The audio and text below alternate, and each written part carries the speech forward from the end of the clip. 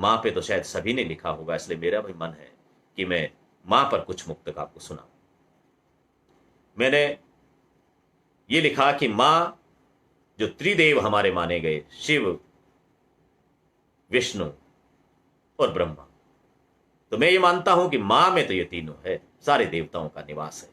इसलिए मैंने इस भाव को लेकर के, और मेरी माँ ने जिस तरह से हम लोगों ने आंखें खोली तो किस तरह हमें पाला पोसा बड़ा किया, और माँ किस तरह से घर में काम करती है, उन भावों को देखा था, उसी को ध्यान में रखते हुए ये मुक्तक लिखे हैं मैंने। दो तीन आपको प्रस्तुत करता हूं, सुनिएगा। कि प्रेम को नेम निभाय अलौकिक नेम सुप्रेम सिखावती माता। प्रेम के नेम को अलौकिक रूप से निभाती है वो माँ। कि प्रेम को नेम निभाय अलौकिक नेम सुप्रेम शिखावती माता। त्याग होते अनुराग को सींचत, त्याग पे भाग सरावती माता। और जीवन जंग को ढंग से जीत के नीत की रीत निभावती माता। भाग बड़े गजराज सपूत के कंठ लगा दुलरावती माता। सौभाग्य है कि वो माँ का आशीर्वाद मिले। अब सुबह क्या करती है माँ, देखिए। अब पता नहीं शहर के लोगों को तो, और आज की पीढ़ी में माँ तो माँ ही है, लेकिन वो काम कुछ बदल गए होंगे। मैंने जो लिखा है तो मेरी माँ तो गांव में रहती थी, गायों का दूध निकालती थी, इसलिए वो खेती का किसानी का काम है, तो वहीं के भाव मैंने लिखे, उन्हीं के बोले वो शब्द लिखे हैं। आज की माँ कुछ और नाम ले सकती है, और तरीके से बच्चों को जगा सकती है, लेकिन मेरी माँ ने हमें कैसे जगाया उसी को लेकर के बात करता हूं।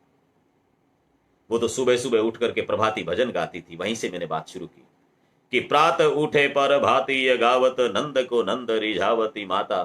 जागो मेरे श्याम मनोहर माधव, भौम डसन रिपुटेर रहे। ये भजन सुबह सुबह प्रभाती भजन गाती थी कि प्रात उठे पर भाती गावत, नंद को नंद रिझावती माता। राम सिया घन श्याम लली कही के हम हूं को जगावती माता। जो जिसकी रुचि है उसके हित वैसो ही भोग पकावती माता।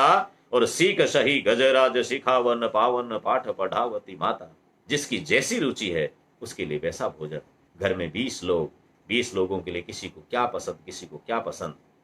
कई बार तो ये होता है कि हम लोगों को खुद को पता नहीं होता कि मेरी पसंद क्या है, लेकिन माँ को पता होता है। उस माँ को नमन।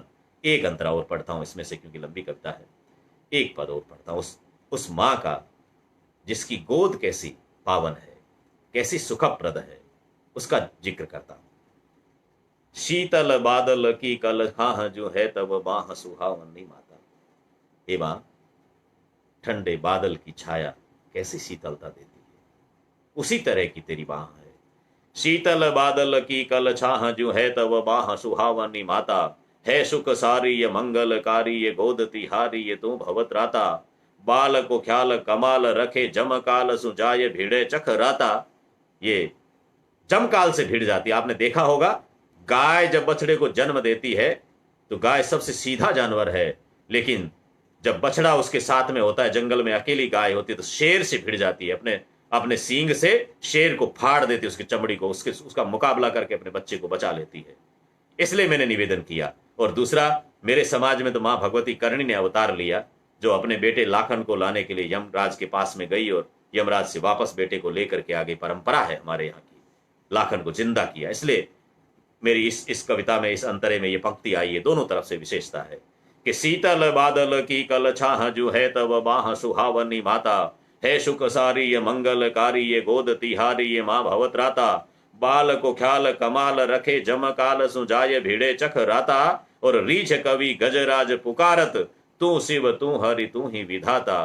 तू शिव तू हरि तू ही विधाता। माँ में शिव, हरि और विधाता तीनों के दर्शन करते हैं। माँ